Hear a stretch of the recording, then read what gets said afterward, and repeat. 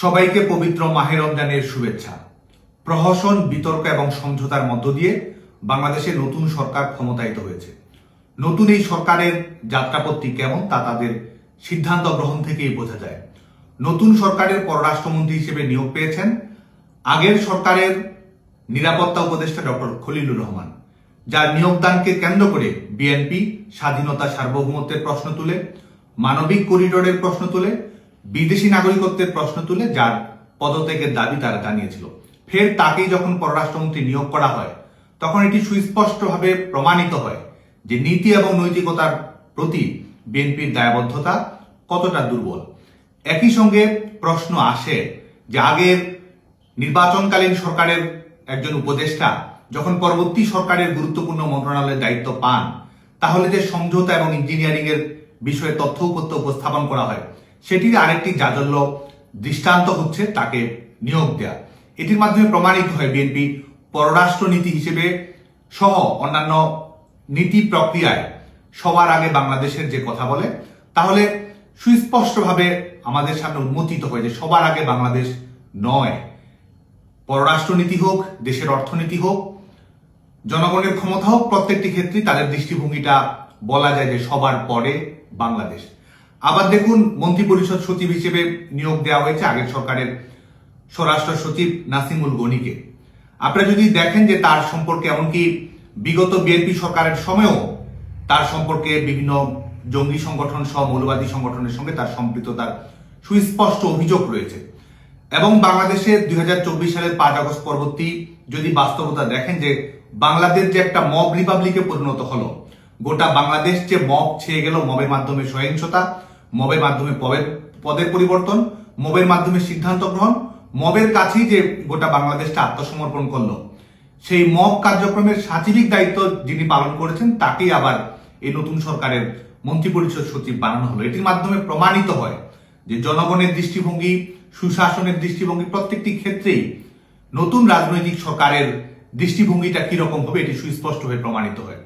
আরেকটি দিক হচ্ছে যে আমরা শুধুমাত্র বাংলাদেশের কোন সরকারের পারফরমেন্স নয়, পৃথিবীর ইতিহাসে সম্ভবত একমাত্র সরকার 2001 থেকে 2006 সালের বিএনপি সরকার, যারা এমনকি আমাদের বিদ্যুৎ উৎপাদনের সক্ষমতা আগের আওয়ামী লীগ সরকারের তুলনায় কমিয়ে নিয়ে এসেছিল। 2001 সালে আওয়ামী লীগ যখন শান্তিপূর্ণভাবে ক্ষমতা হস্তান্তর করে, তখন আমাদের বিদ্যুৎ উৎপাদন সক্ষমতা প্রায় 3800 মেগাওয়াট ছিল। 2006 সালে যখন বিএনপি ক্ষমতা ত্যাগ করে, তখন সেটি দাঁড়ায় 3200 মেগাওয়াট। এবং সে সময় যিনি বিদ্যুৎ এবং জ্বালানি মন্ত্রণালয়ের দায়িত্বরত ছিলেন, শুধুমাত্র অদক্ষতা নয়, এই পরিসংখ্যানগত অদক্ষতা যেটি সবার চোখের সামনেই ভেসে ওঠে, একই সঙ্গে আছে যে দুর্নীতির অভিযোগ, আমাদের বিদ্যুৎকে কেন্দ্র করে যে বিশৃঙ্খলা, এখান থেকে যে ধরনের পার্সেন্টেজের প্রশ্নগুলো আসে, তাকেই যখন আবার নতুন করে নতুন সরকারের মন্ত্রণালয়ের দায়িত্ব দেওয়া হয়, তখন প্রমাণিত হয় যে দুর্নীতির বিরুদ্ধে লড়াই করা কিংবা দক্ষতার বিষয়টিকে গুরুত্ব দেয়া এটি বর্তমান সরকারের কোনো কাছে কোনো গুরুত্বপূর্ণ কিংবা অগ্রাধিকার প্রাপ্ত বিষয় নয়। আরেকটি দেখুন যে একটা সরকার সংবেদনশীল কিনা, একটা সরকার অন্তর্ভুক্তিমূলক কিনা, একটা সরকার জনগণের প্রত্যাশার সঙ্গে সামঞ্জস্য রাখে কিনা, এটি ছোট ছোট দৃষ্টান্ত থেকে বোঝা যায়। দেখুন, আপনি পার্বত্য চট্টগ্রাম বিষয়ক মন্ত্রণালয়ের দায়িত্ব দেওয়া হয়েছে একজন, প্রতি মন্ত্রণালয়ের দায়িত্ব দেওয়া হয়েছে একজন বাঙালিকে। পার্বত্য চট্টগ্রাম বিষয়ক মন্ত্রণালয়ের দায়িত্ব সবসময় পার্বত্য চট্টগ্রামের অধিবাসীরা দায়িত্ব পালন করছেন, যদিও এখানে মন্ত্রী হিসেবে পার্বত্য চট্টগ্রামের একজন অধিবাসী রয়েছেন, কিন্তু প্রতিমন্ত্রী হিসেবে একজন বাঙালিকে দেওয়া হয়েছে। এবং এটির মাধ্যমে প্রমাণিত হয় যে আমাদের একটা যে আমরা ইনক্লুসিভ সোসাইটি তৈরি করতে চাই, পার্বত্য শান্তি চুক্তি যেটির মধ্য দিয়ে পার্বত্য চট্টগ্রামে আমরা শান্তি ফিরিয়ে নিয়ে আসা, সেটির বাংলাদেশের মূলধারার সঙ্গে তাদেরকে একীভূত করা, সাংস্কৃতিক বৈচিত্র্য এবং স্বকীয়তা সুনিশ্চিত করা এবং আন্তর্জাতিক মানদণ্ড বজায় রেখে একটা মানবাধিকার ভিত্তিক রাষ্ট্র ব্যবস্থা তৈরি করা, সেই বিষয়েও যে বিএনপি সরকার কোনো ধরনের দায়িত্ব অনুসরণ করছে না এবং বাংলাদেশের মানুষ, বাংলাদেশের জনবৈচিত্র্য, আমাদের ভিন্ন ধর্মাবলম্বী কিংবা ভিন্ন বাঙালিদের বাইরে ভিন্ন জাতিসত্তার প্রতি তাদের দৃষ্টিভঙ্গিটা কিরকম হবে, সেটাও কিন্তু এখান থেকে পরিষ্কারভাবে আমাদের কাছে উন্মোচিত হয়। আরেকটা হচ্ছে যে এই মন্ত্রিসভার যে ঢাউস আকার, আজকে দেখুন যে কৃচ্ছতা সাধনের জন্য তারা কথা বলছে, এই রমজান মাসকে কেন্দ্র করেও আহ্বান জানিয়েছে, অথচ দেখুন নিজেরা তারা একটা 50 সদস্যের মন্ত্রিপরিষদ সদস্য তারা গঠন করেছে, এর বাইরে তো আবার মন্ত্রীর পদমর্যাদায় উপদেষ্টা পরিষদ তো আছেই, এবং ভবিষ্যতেও তো আবার এই মন্ত্রী পরিষদ তারা কত রকম করে বাড়ায় এটি নিয়ে তো আছে। এর আগে আমরা 2001 থেকে 2006 বিএনপি তাদের মন্ত্রী পরিষদ গঠন করেছিল 60 সদস্যের, প্রত্যেক 3 জনে একজন করে মন্ত্রী।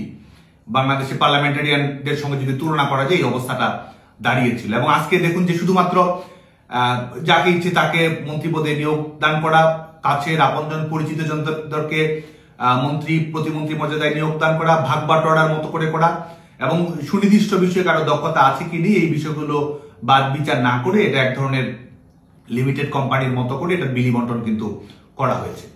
এই বিষয়গুলোর বাইরে আমরা যদি দেখি যে আজকে তারা ফলাও করে এক ধরনের কথাবার্তা বলছে গণতন্ত্র নিয়ে, আইনের শাসন নিয়ে।